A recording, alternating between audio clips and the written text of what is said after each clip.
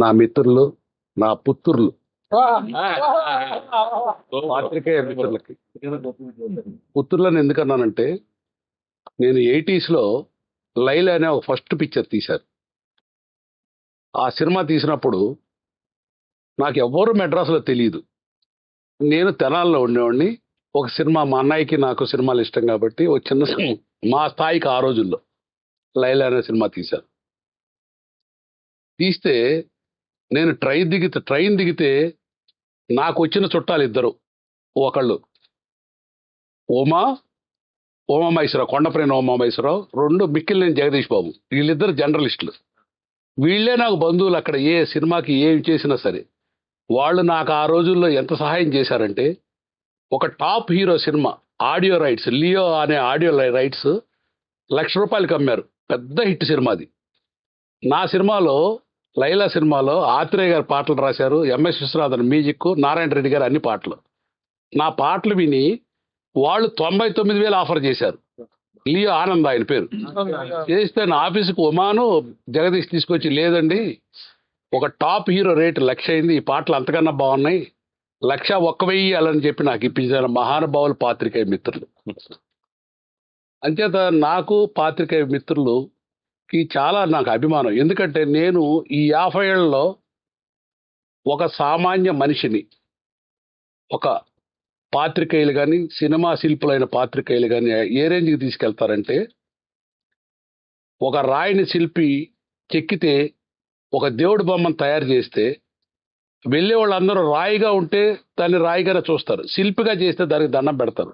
అట్లానే మీరు సామాన్య మనిషిని హీరోగానో, డైరెక్టర్గానో, ప్రొడ్యూసర్గానో మీరు క్రియేట్ చేస్తే దానికి వచ్చిన గౌరవం తరతరాలు వాళ్ళ కుటుంబాలు పచ్చగా ఉంటాయి. దానికి కారణం ఏకైక వ్యక్తులు సినిమా జర్నలిస్టులు. అంచేత నాకు చాలా అభిమానం.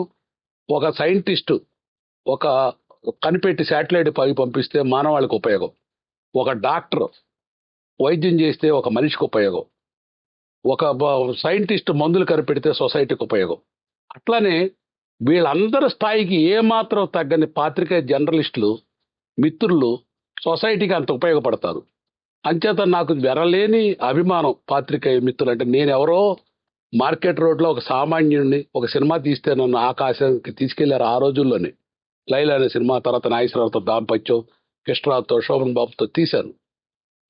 ఇవన్నీ ఒక ఎత్తు అయితే, నేను వెళ్తే నా సినిమాల సెట్లో నేను అసలు చెప్పాల్సిన పని, సొంత అన్నదమ్ముల్లాగా నన్ను చూసుకుంటారు ఇప్పటికి, స్టిల్ టుడే.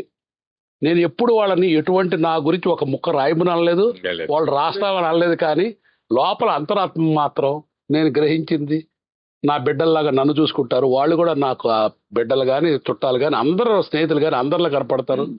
అంచేత నేను రేటాప్రసాద్ని నేను ఈ సైట్ కొన్న కొత్తలో, రేటాప్రసాద్ నేను ఇట్లా కొన్నాను ఊరి బయట, మన పాత్రికేయ మిత్రులకి ఏమైనా ఉపయోగపడితే చూడమని చెప్పి ఫస్ట్లో తీసుకొచ్చాను. సురేష్ కూడా వచ్చారు ఆ రోజు, అందరూ వచ్చారు, నేనే బస్సెస్ తీసుకొచ్చాను. ఇది ఊరికి దూరంగా ఉందని నాకు ఆ అమౌంట్ ఇవ్వమంటే నేను పాత్రికేయులకి ఇచ్చాను. సుమారు ఆ రోజుల్లో ఆ మార్కెట్ ఉన్న విలువ ఏదైనా దేనికైనా ఉపయోగపడతాయి అయిపోయింది. ఆ తర్వాత నాకు లోపల అయ్యో వీళ్ళు ఉపయోగించుకోలేదనే గిలి మాత్రం ఉండింది. సరే అట్లా అది ఒక సుమారు ఒక 20 ఏళ్ళు అయిపోయింది.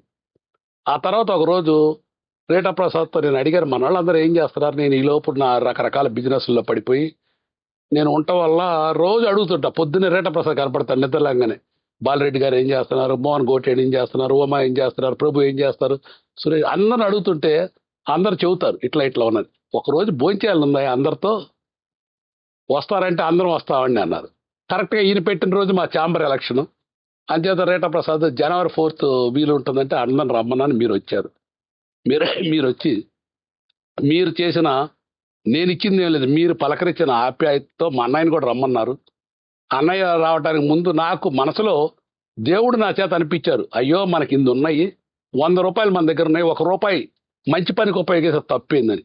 అది 1,00,000 కోట్లని, 10 లక్షల కోట్లని, 1000 కోట్లని, వాట్ ఎవర్ ఇట్ ఈస్, నాకు దేవుడు అనిపించాడు, నేను చేస్తున్నాను. నేను అన్న తర్వాత అటు సూర్యుడు పొడిచినా ఇంకొక 10 పైసలు ఎక్కువే చేస్తే తక్కువ చెయ్యను.